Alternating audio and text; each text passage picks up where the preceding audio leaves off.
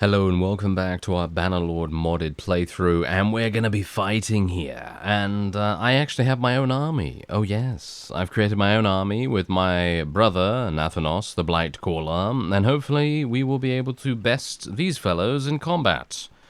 I'm actually a little bit worried about this, to be honest, because these guys, as you can quite clearly see, have a pretty good power level in comparison to ours, and we already outnumber them somewhat.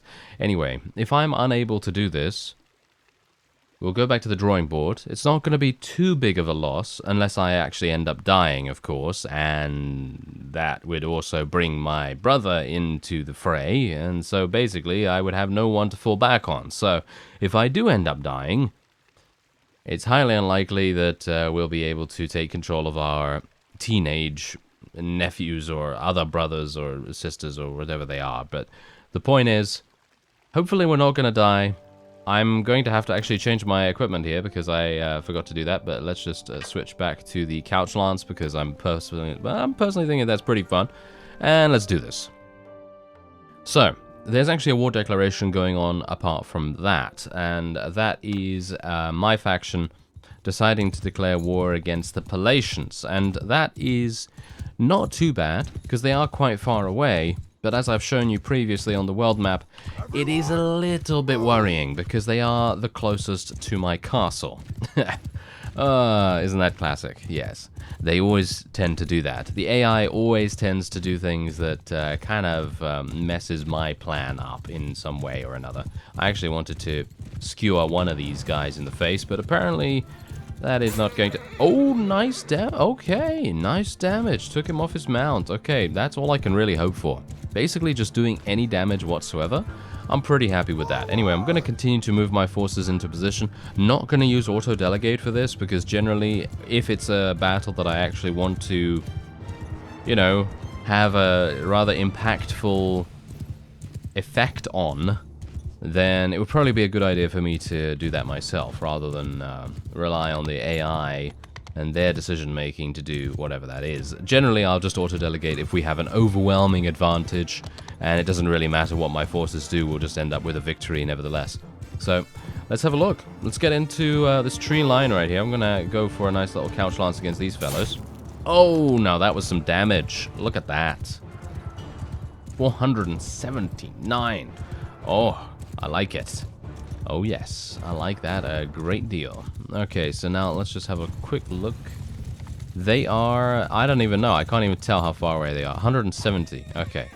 That's actually not too bad.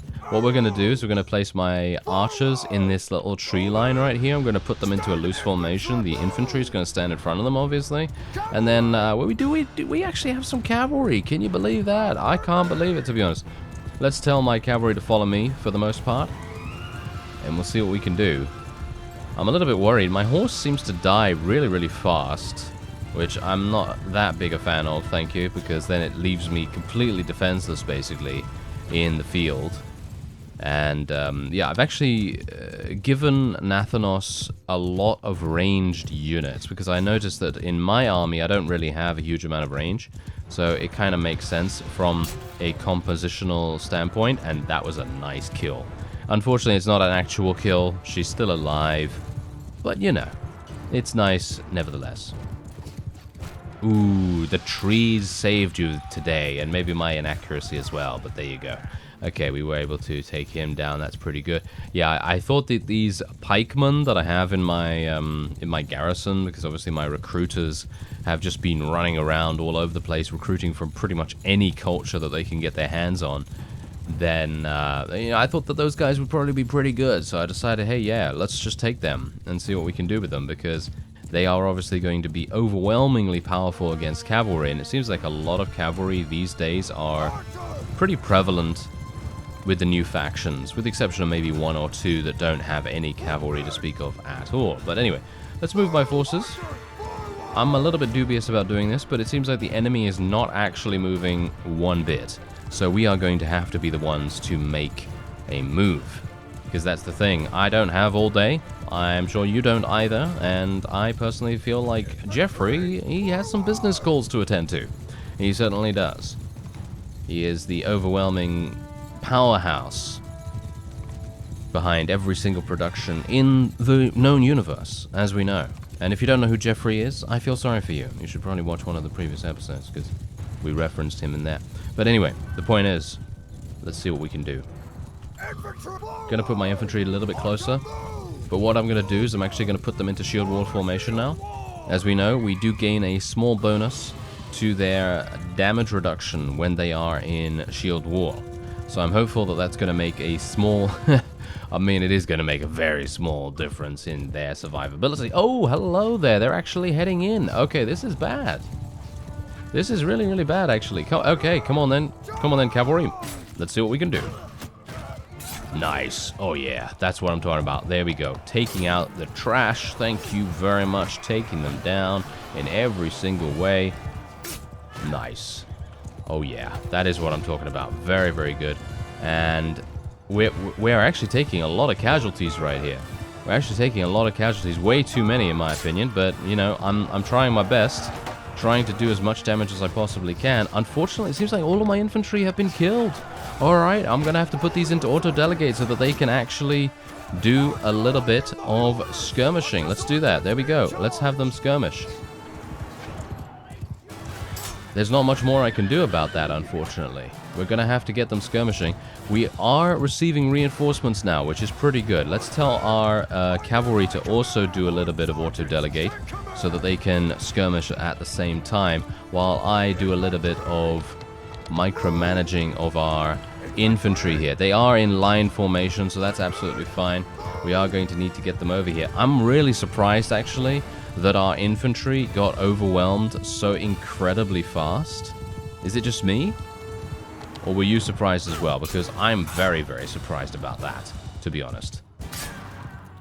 Okay, here we go. Nice. Oh, all these kills. It is going very, very nicely indeed. Look at that. Oh, yes. Unfortunately, whether I'm doing well or not actually makes no difference whatsoever, which is, well, kind of sad. But can't really do much about it, as you can see right here. Okay, let's get my infantry to maybe come over here and help us out a little bit. Let's get my archers to pull back even further. But bear in mind, just look at this. Look at the amount of kills. They only have 40 more. They only have 40 more kills. That's not too bad. I feel like we might actually do okay if we can just continue doing damage right here. Nice. Okay, I'm just going to let my cavalry do their thing. They're just going to skirmish as much as they possibly can. And I actually looked at these guys' army compositions before heading in. And let me tell you, they actually had pretty bad units. Yeah, they actually had pretty bad units. I can't believe it that they're actually doing so well against us, to be honest. But there you go. They apparently had some kind of secret, some kind of incredible power, and they have been showing us what for, which is really surprising. Oh, gotta be careful, gotta be careful. Oh, okay, here we go. This might be problematic. Ah, yeah, that guy. Nice. Take him down. Take that one down as well. Okay, so how many people do they have? They have 23. We have 45. We're gonna win this. Maybe? Question mark? Maybe? I don't know. But we'll see. It would be fantastic if we could. Okay, so we're just going to tell them to auto-delegate once again, these archers. I wanted to tell them just to hold position back there because I wanted them to be pretty safe. But now they can advance if they want to. And let's see. Oh, nice. So much damage.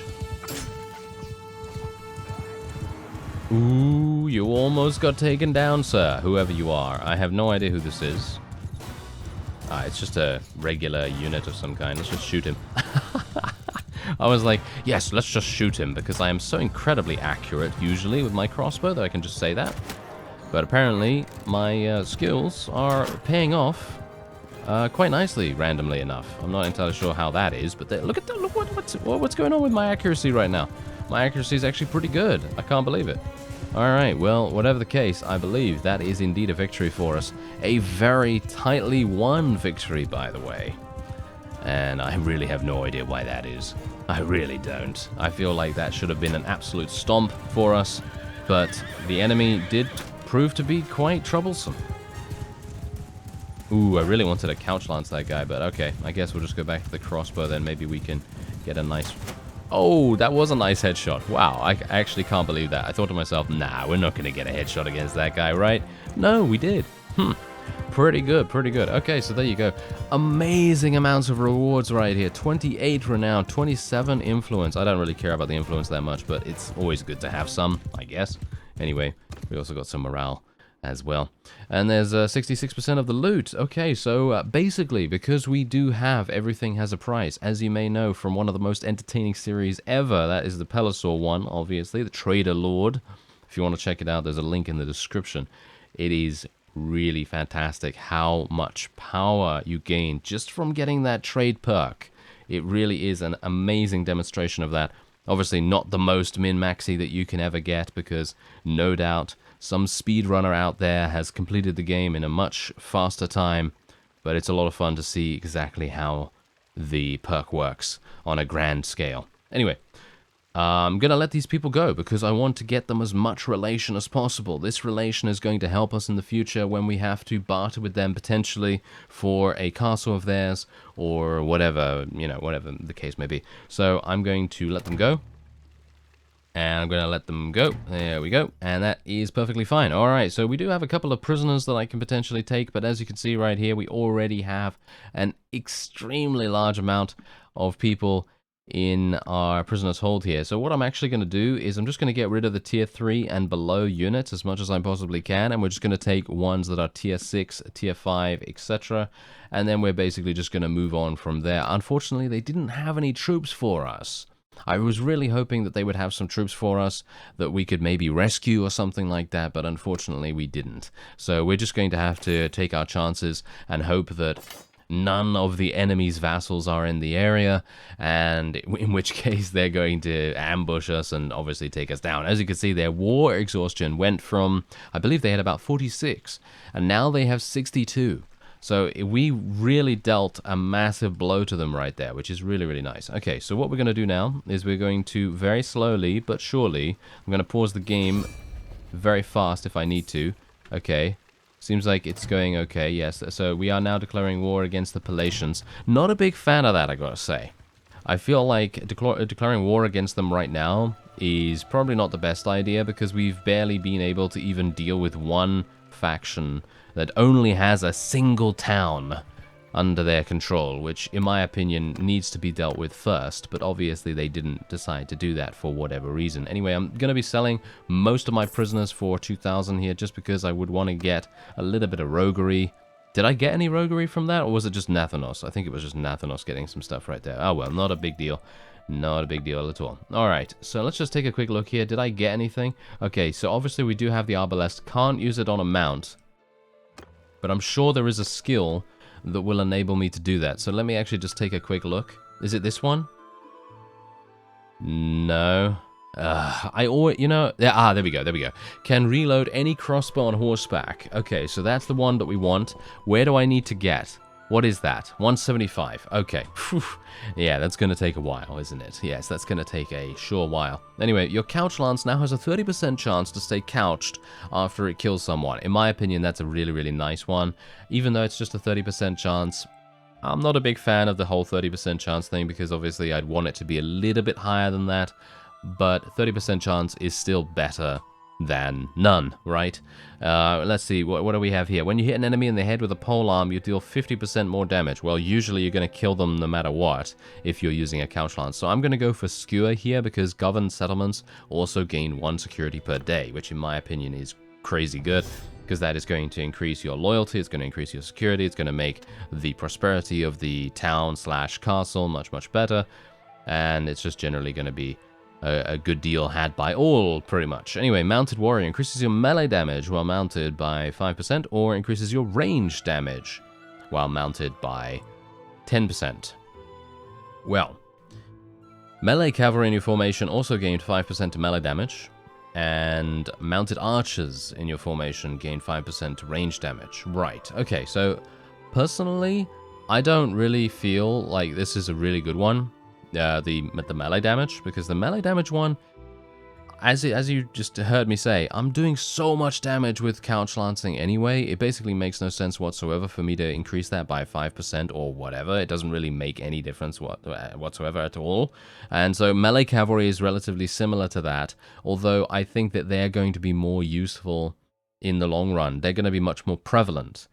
Mounted archers, I'm not entirely sure whether we're going to be using any of those, and that's the reason why it might be a good idea just to take that just for the 5% increase to melee damage for the melee cavalry.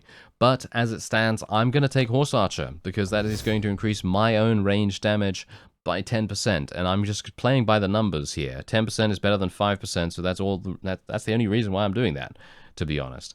Otherwise, I probably would have taken mounted warrior if I was going to 100% use melee cavalry only, because I obviously am not particularly that aware of what is actually happening with my troop trees and all that stuff. Anyway, I'm actually going to have a look here and see what I can do about leadership. We actually have a decent amount of learning speed with leadership at the moment, thanks to our 10 points in social. So I'm not entirely sure why it's not leveling up faster, but maybe I just want to put another focus point in that, because I don't really have anything else that I particularly need to spend points in right now. I mean, I could spend some points in riding, could put some more points in polearm, maybe some more points in one-handed and stuff like that, but I don't know whether that really makes any difference, because leadership is definitely something that I would like to be able to get, because there are a number of different things here that are going to give you really nice benefits. Like, for example, this. Look at this. Look at that crazy thing. Increases renown gain from battles by 50%. Yes, let's take that one. Let's try and get that one at the very least. Let's try and get that as fast as we possibly can. And what else? Okay, so we have, obviously, control is at 9, vigor is at 8, and endurance is at 8. I suppose we're probably going to be taking something like that. I mean, I haven't spec'd into cunning at all. No scouting, no tactics, no roguery. Steward and engineering obviously are going to be pretty useful. Engineering especially is going to be really good, as you can see right here. Increase equipped crossbow damage by 3. It increases your crossbow damage, if you can believe that. And increases equipped shield hit points by 30%. Yeah, okay, we'll go for some intelligence. Why not? We'll go for some intelligence, because engineering is definitely going to be something that I want to spec into with a couple of focus points in the upcoming levels. I think 8 vigor and 8 endurance is pretty good as it is, so we really don't need to worry about that too much. But engineering is definitely something that we are going to want to get very soon, because if we don't do that, we're going to be left out in the cold, quite literally, because when we're doing a siege with our army, we're going to get picked on all the time, because we basically cannot get any siege engines built as fast as we want to build them. So it's going to be a very problematic situation right there. Anyway, we are declaring war against the Palatians, as I said. Oh, there's another vassal right there. I would like to be able to attack. If I'm fast enough, I'm moving at 4.8. I don't know whether that's a fast enough speed. Actually, 3.8. Why am I moving at 3.8 right there? It just went down to 3.8 for some reason. Anyway, I'm not entirely sure where this person went. Ah, it seems like I have lost them. Well, that is unfortunate, isn't it? Yes, that is a big unfortunate. Oh well, never mind, never mind. Not that big a deal, I suppose, but it would have been really nice to potentially deal some damage there. What's going on with these manhunters? Are you serious? You're trying to pick on this caravan right here? I'm gonna... Oh, never mind. I was actually gonna help them out, but apparently they didn't need any help, of course. Alright, so yeah, now we're having some problems, because yes, I do have a number of caravans out there somewhere, and they are, of course, now being all picked on, all over the place, because they are now entering hostile territory almost all the time, and that is a big problem in itself. Anyway, I do have a pretty big disparity in the amount of units that I currently have in my army right now. So what I'm thinking we'll do... Where's my castle? Oh, we are really far away from my castle right now. I am not a big fan of that. Okay, we're going to go this way, because I think that one of our armies might actually besiege the last remaining town here. It seems like they are. Yeah, as you can see, they are actually doing that. So what I'm going to do is we're going to join it, if I can. And I'm just going to... Wait a minute. I need to put bash your face thanks in there. There we go. And, yeah, did I actually level up again? No, there was not. Okay, I'm not entirely sure what happened there. Maybe a companion or something like that. Anyway, let's get a couple of upgrades. Just one upgraded right there.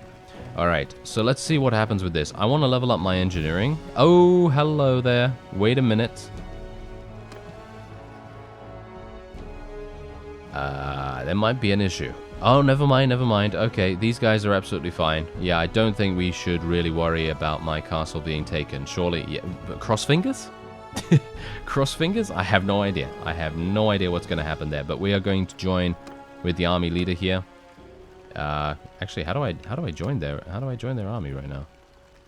It says I can't actually join it right now. Okay, that's... Oh, it's because I'm actually in an army already. Ha! I am an imbecile. Yes, of course. Okay, so let's just join the continuing siege. Maybe we'll actually get a little bit of engineering skill up. I don't think you do. Oh, there we go. Help his army now. What? No. Are you an idiot? He is a bit of an idiot, isn't he? I'm not entirely sure why he would go in there right now, but I suppose it might make sense. There's only 100... What? Why? Question. Why is there only 113? Did you see someone attack this? I didn't see anyone attack this while I was off screen. This is very strange, because last I checked, they had about 300. Can you believe it? These guys, they really know how to do those sneaky little sieges here and there, don't they? Alright, well, whatever the case, I'm ready to do some bashing, and I'm ready to do some shooting.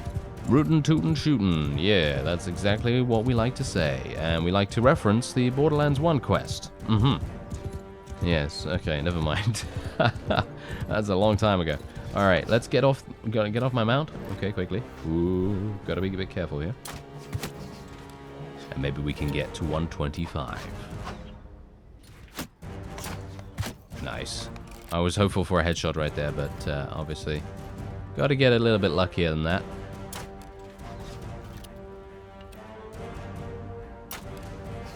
Yeah, bit too high. Bit too high. I'm actually kind of surprised. Oh, there we go. Nice. Hit him in the chest. And now we're not hitting him at all. Okay, now I'm going to have to be a little bit evasive.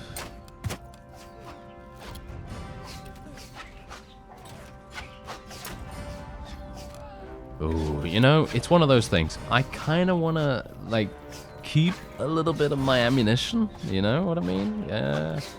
Because if I don't keep my ammunition, we're going to have problems getting in there and then literally not having any kind of ranged capability at all. Although, in a previous episode, I did fantastically well. As, if you didn't see it, then I did fantastically well. If you did see it, then, well, you know that I am lying. No, I got absolutely trapped behind the door, or should we say behind the gate, when we broke it down. And things did not go swimmingly, as you would expect them to do. Oh, nice. That was a nice kill right there. Nice headshot. Yes. Good amounts of skill up right there, too. I like it.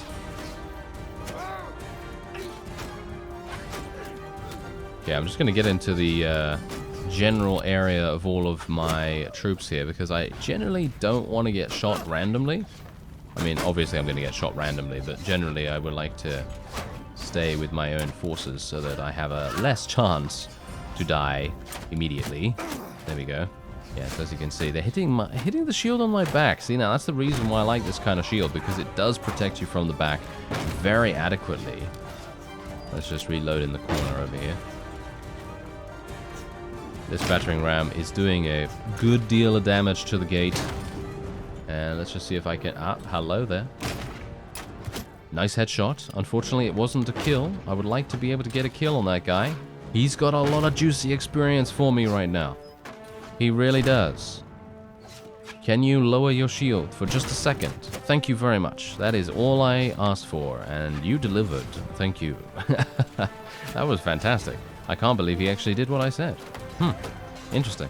Well, here we go. Okay, so now this is this is giving me bad vibes right here. This is giving me super bad vibes, because this is exactly what happened previously when I wanted to try and attack.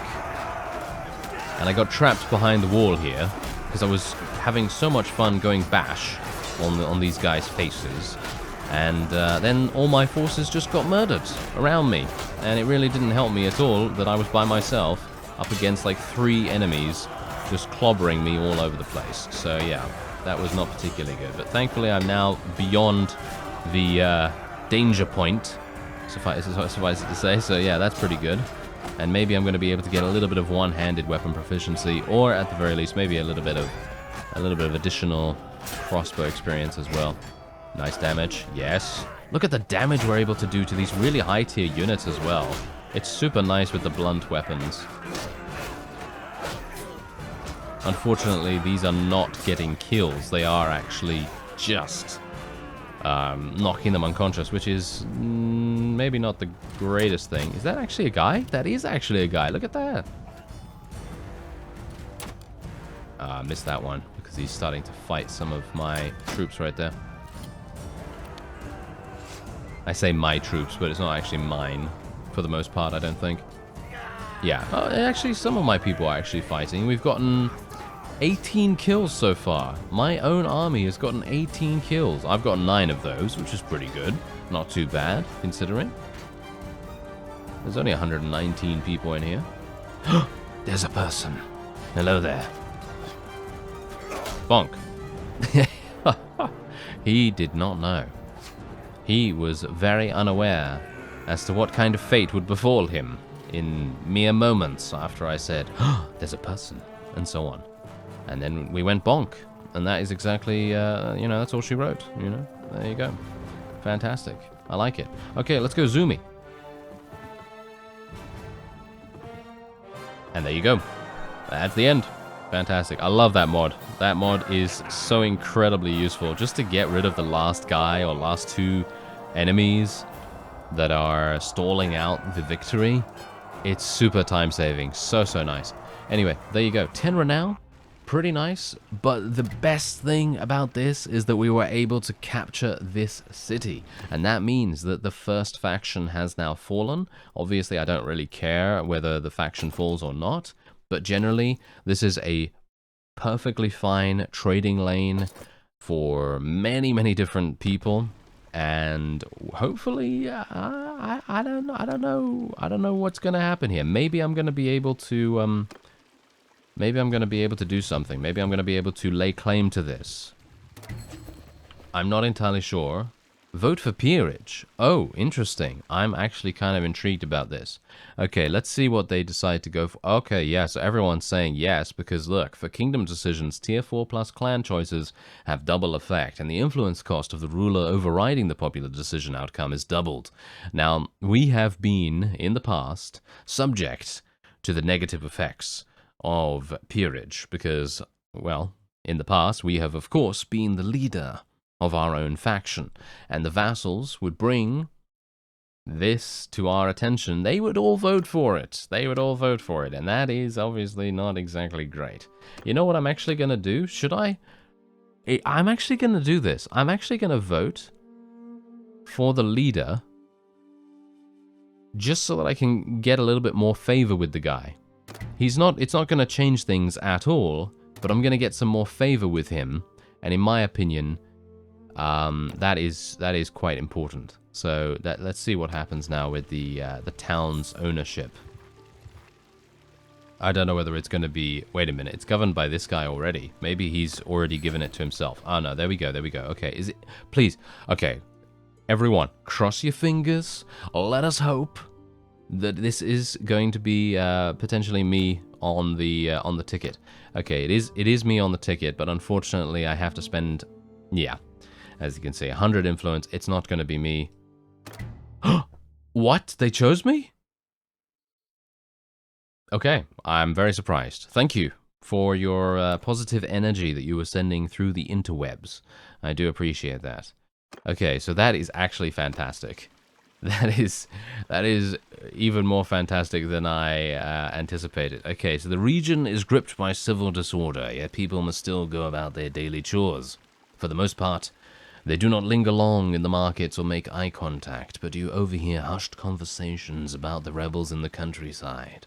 Some seem to be afraid of the rebels, others secretly thrilled that the tables have turned, even for a little while, on the rich and powerful. Okay, so they're obviously going to rise up and try to do something against us, unless we can make this into the best city in the world. And that is obviously what I will hope to do. So let's just give them 10k just to start off, just so that they can continue. Completion never? Are you serious? Oh yeah, because we have 0. Very low loyalty. Okay, yeah. So now, yeah, okay. So this is obviously the problem here. They do not like me one bit. I am gaining some loyalty as a result of, well, just passive loyalty increases. But I'm going to have to do something about the garrison. So I will obviously be attempting to do as much as I possibly can about that. But there is a high risk of rebellion. And I'm very worried about that. Because rebellion will usually mean that the rebels will take over your city. And they'll create a minor faction. And then you are going to have to be the one to crush that if you want your city back. And I'm not entirely sure if I'm actually going to even be able to do that. So we'll see what happens. But let's actually just take a quick look at the one-handed weapon perks right here. Your shield takes 20% less damage while blocking the wrong direction. Okay. Don't know how useful that is. Otherwise, larger shield protection against projectiles. Yeah, I'm probably going to be taking that because, let's face it, I need that much, much more than the other one. So, yeah, there you go. That is seemingly pretty cool, and my other castle is still perfectly safe thanks to this fellow's army right there. He seems to be doing a fantastic job of defending against the Palatians at the moment, and both factions up against us are currently in the negative when it comes to war exhaustion, and we are ahead of them in that aspect. So they will be the ones asking us for a truce agreement relatively soon. Anyway, that's going to be it for this episode. I thank you very much for watching, and I'll see you next time.